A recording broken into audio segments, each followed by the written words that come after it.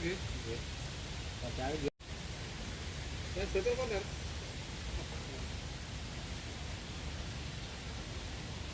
Itu tak meter.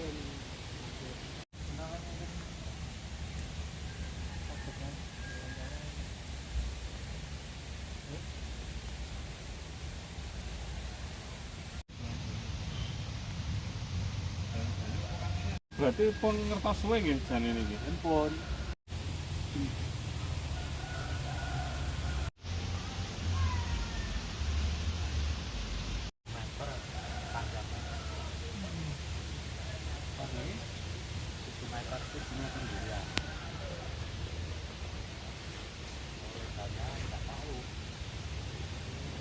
dengan dodok mang tunjuk niku nggih.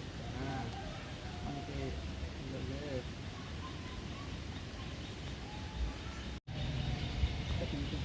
Baru hari Minggu itu. Iya. Hari Minggu siang.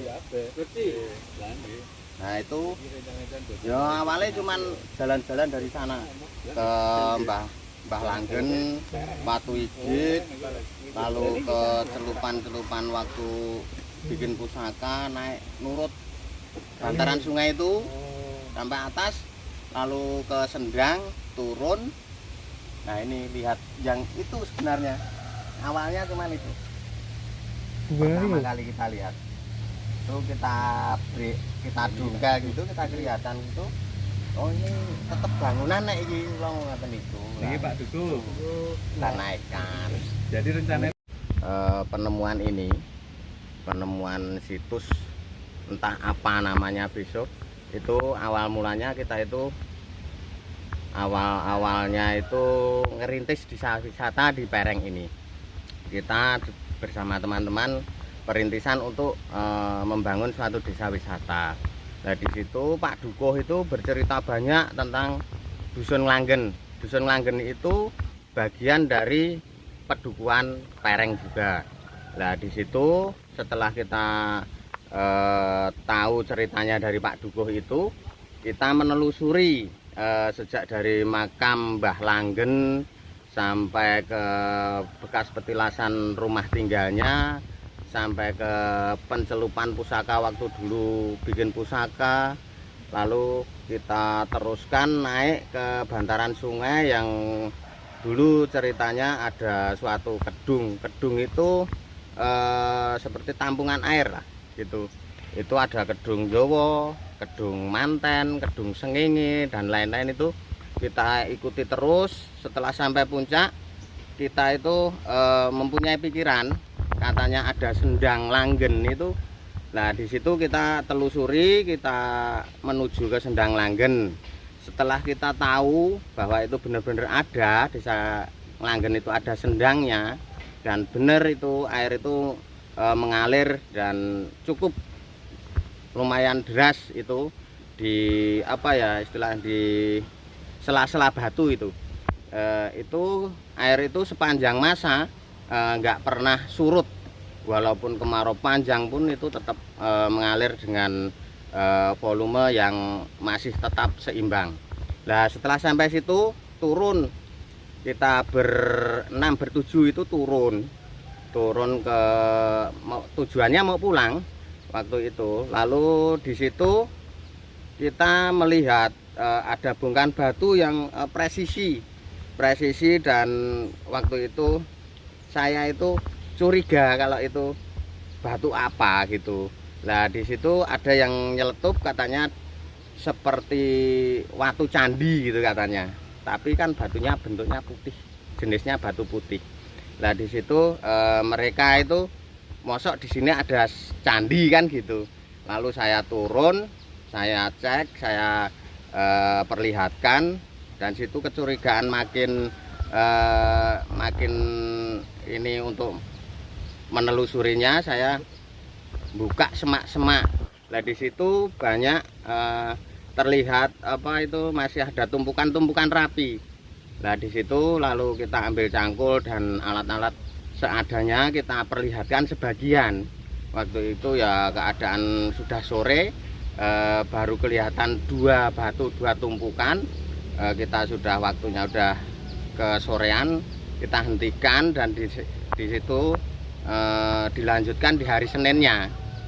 Di hari Seninnya itu makin banyak dan makin panjang sampai saat ini pun belum kita terusin karena Dinas PPJB, Dinas Purbakala itu sudah datang dengan laporan-laporan kita dan laporan Pak Lurah, Pak Dukuh juga itu sudah datang meneliti lah. Jadi itu nanti kita disuruh jeda, dan untuk info selanjutnya itu nunggu seminggu berikutnya. Nah, setelah itu baru ada keputusan mau dilanjut dengan masyarakat atau pihak Purbakala gitu. Katanya apa Pak itu? Kata BPBD ini batu apa? Kata dari dinas itu cenderung itu suatu bangunan peninggalan kuno, tapi dia juga belum bisa bilang kalau itu apa, candi atau apa itu belum bisa, belum ada keterangan, nunggu seminggu lagi. Tapi itu memang bangunan kuno gitu Pak? Iya benar, dia mengakui kalau itu bangunan kuno. Iya. Itu kalau batu sendiri seperti apa sih Pak? Batu putih atau batu? Jenisnya batu putih semua. Di sini kan istilahnya kontribusinya banyak batu putihnya. Itu semua konstruksi yang terlihat sekarang itu batu putih semua. Iya. Ini tersusun ya Pak ya? Iya. Kayak pagar gitu atau? Iya, seperti pagar. Seperti pagar tapi ada kaitan-kaitan gitu loh. Nah, seperti kalau di candi itu kan juga ada kaitan-kaitannya. Iya. Dan itu masih rapi, yang bawah 2 tumpuk terutama itu masih rapi. Iya. Nah, batu putih.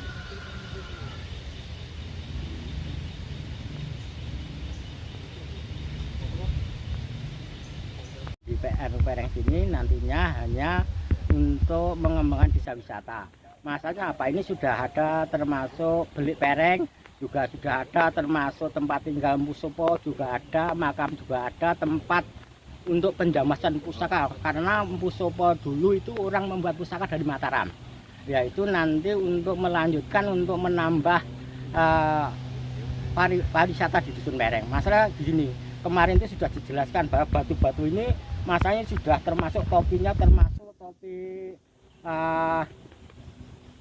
tempat apa ya itu pagar bumi, termasuk itu sudah ada ini. Terus nanti sudah ada talangnya, termasuk talang air, katanya juga bisa talang air, bisa talang dari candi juga katanya seperti itu. Terus untuk kedepannya nanti untuk ya minta bantuannya supaya nanti ya ini supaya nanti bisa digarap pemerintah. Masalah kalau nggak digarap pemerintah, dananya masyarakat nggak mampu lagi. Masalahnya apa ya?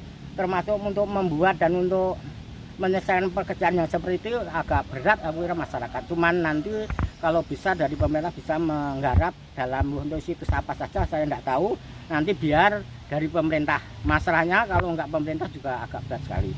Terus saja nanti untuk menambah pariwisata supaya nanti pariwisata di Dusun Pereng bisa maju dan bisa untuk kemakmuran di masyarakat di Dusun Pereng. Itu aja lah. Sini sudah pernah ditemukan bebatuan candi sebelumnya atau belum? Belum, kalau di sini belum. Masalah cuma hanya termasuk sejarah dari Musopo itu aja dan Sunan Kalijogo itu ada. Tapi kalau tempat tinggal dan lain-lainnya termasuk tempat ibadah candi itu belum ada. Kalau menurut sejarahnya dulu yang didengar seperti apa sih Pak untuk wilayah sini sampai ada apa namanya empu dan lain sebagainya itu tadi? Iya, dulunya katanya ya, belum sejarah tapi cuma dongeng. Waktu itu Kiai Joko Sopo itu dulunya dari Majapahit. Majapahit kuno? Majapahit termasuk daerah itu katanya itu dari Jawa Timur itu Trenggalek. Nah selepas itu zaman waktu itu termasuk Kiai Sopo itu sebenarnya tidak cocok dengan pemerintahan zaman waktu itu, zaman kerajaan Majapahit. Terus Empu Sopo itu keluar dari kerajaan terus berkelana. Waktu itu sampai ketemu Kiai Sunan Kalijogo, terus ikut berjalan terus untuk menyiarkan agama sampai ke Mbegeleng.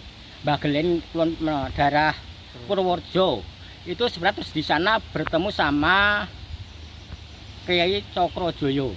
Cokrojoyo itu kalau waktu itu terus bersama-sama sampai berkelana sampai ke sini. Ke sini itu sampai waktu itu minta air di daerah Madurjo itu termasuk dari Jamusan itu dulu minta air nggak dikasih. Terus dari Jamusan itu waktu itu ya sudah ada kata-kata yang tidak enak. Terus rombongan itu ada salah satu yang bilang, oh kalau begitu nanti di sini selamanya air juga agak mahal. Tapi sampai sekarang juga agak mahal di situ. Terus melanjutkan perjalanan sampai ke sini. Waktu itu ya itu Mpu Sopo, termasuk belum Mpu Sopo tapi masih Joko Sopo, Kyai Joko Sopo waktu itu. Terus ini Joko Sopo ditinggal di sini supaya berdukuh di sini waktu itu. Selepas itu berembuk supaya Joko Sopo itu berdukuh di dusun sini, di daerah sini. Terus waktu itu adalah Kyai Joko Sopo adalah si berdukuh di tempat tinggalnya di tengah dusun itu sudah ada batu yang besar itu, sampai sekarang nggak ada orang yang berani metel. Nggak dihabis, lain-lainnya sudah habis, tapi di tengah dusun itu ada batu tempat tinggalnya sampai sekarang masih. Terus selepas itu Joko termasuk Kyai Sunan Kalijogo dengan Sokrojo itu melanjutkan perjalanan sampai Gunung Kidul, sampai ke daerah mana itu, termasuk daerah Banyuripan, Patok Banyuripan itu sampai sana. Nah itu terus Mpu Sopo tinggal di sini, duduk di sini. Terus sampai sekarang, terus waktu itu dikasih nama Kiai termasuk Mpu Sopo membuat pusaka di Mataram. Tinggalannya juga sebagian masih ada, sebagian tinggalan yang pusaka. Karena Mpu Sopo adalah membuat pusaka yang pakai tangan, sebenarnya pakai tangan dulu. Masih ada yang tinggalnya masih tangan, masih ada sebagian. Nah, cuman itulah kisah. Dan Mpu Sopo juga di sini masih tempat makamnya juga di sini ada makamnya. Juga makamnya, tempat tinggal, sama untuk jamasan atau untuk cupan yang membuat pusaka masih ada. Tapi dalam yang untuk ubupan seperti ini sudah habis, itu sudah dipercaya, sudah dijual seperti itu. Jadi karena Watu Putih ya udah habis sampai sekarang. Untuk nama lengkap sih namanya? Pak Agus Nugroho sebagai kepala dusun di Pereng sini. Ini Mas, nih. Nah ini kan ada cowakannya. Cowakannya. Coba juga. Nah diangkat gini. Nah. Kemarin disuruh gitu ya. Nah kayak gini. Gini dulu. Oh, ceritanya dari Purbakala kemarin. Gini ya. Nah ini kan terakhir puncaknya pagar itu. Ya ini pagar, atas pagar. Ini sudutnya sini. Coba Pak. Ini bocah Pak. Nah ini begini. Nah. Nah begini. Ini paling ujung. Paling ujung. Oh, pas sudut pojokan ya.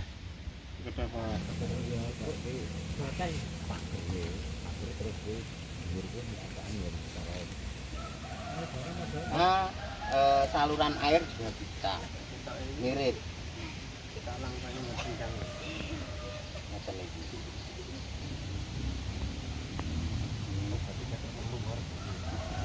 Ini yo ramah peraturan. Ngertine batu dari kok gurasi candi mriko ora ngono. Ora enten iki denger wis ora rasa burus dhisik nang dhuwure ngono. Pun berapa tahun ngerti nek candi ini pun termasuk batu yang batunya itu berbentuk-bentuk itu sudah lama. Banyak yang tahu. Cuman nek cara dengane ya lek arep ngetok iki muncul